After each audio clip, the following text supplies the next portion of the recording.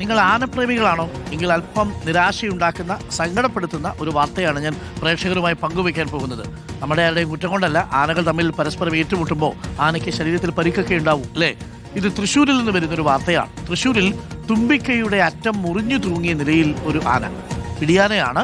ആനകൾ തമ്മിലുള്ള ഏറ്റുമുട്ടലിൽ പരിക്കേറ്റതാകാം സാധ്യതയെന്നാണ് വനം വകുപ്പ് പറയുന്നത്. ആനക്കയത്തിനും വാച്ച് മരത്തിനും ഇടയ്ക്കാണ് ആന ഇപ്പോൾ ഉള്ളത്. ജെയ്സൺ ചമോളപ്പിലുണ്ട്. ജെയ്സൺ വല്ലാതെ വേദനയുണ്ടായി കാണും അല്ലേ. അതിങ്ങനെ നടക്കുകയാണ് അവിടെ. അതിൻ്റെ ദൃശ്യങ്ങളാണ് നമ്മളിപ്പോൾ കാണുന്നത്. എന്താണ് സംഭവിച്ചിരിക്കാൻ സാധ്യതയുള്ളത്? ആനകൾ തമ്മിൽ ഏറ്റുമുട്ടിയപ്പോൾ മുറിഞ്ഞു പോയതായിരിക്കുമോ? Very good morning Arunkumar. ആ ദൃശ്യങ്ങൾ ഏറെ വേദനിപ്പിക്കുന്നതാണ്. ഞാൻ പോലും അത് ആദ്യം കണ്ട് പെട്ടെന്ന് തന്നെ അത് മാറ്റി. കാരണം അത് കാട്ടാനയാണെങ്കിലും ആളുകളെ ആക്രമിച്ച് കൊലപ്പെടുത്തുന്ന കാട്ടാനകളാണെങ്കിൽ പോലും ഒരു മുറിവ്, ആ മുറിവ് വളരെ വേദനിപ്പിക്കുന്നതാണ് എന്നതുകൊണ്ടാണ്.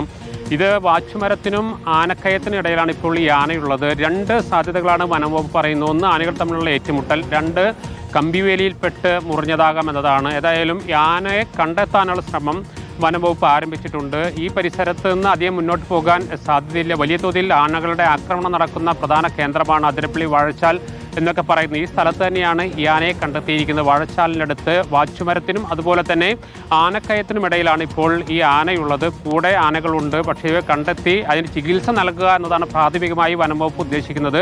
അതിനുവേണ്ടിയുള്ള ശ്രമങ്ങളാണ് നടത്തുന്നത്. ഏതായാലും ആ ദൃശ്യങ്ങൾ ഏറെ വേദനിപ്പിക്കുന്നതാണ്. കാട്ടാനയാണെങ്കിലും ആളുകളെ കൊല്ലുന്ന കാട്ടാനകളാണെങ്കിൽ പോലും ആ മുറിവ് ഒരു സാധാരണ മനുഷ്യനെ ഏറെ വേദനിപ്പിക്കുന്ന ദൃശ്യമാണ്. ആ ദൃശ്യമാണ് ഇപ്പോൾ നാം പ്രേക്ഷകർക്ക് മുന്നിൽ അവതരിപ്പിക്കുന്നത്. അരുൺകുമാർ, ഓക്കെ, വല്ലാതെ വേദനിക്കുന്നുണ്ടാവും അല്ലേ. എന്താ ചെയ്യാൻ പറ്റുക? ഇനി അതിനെ ചികിത്സിച്ചൊക്കെ ഭേദമാക്കേണ്ടി വരും.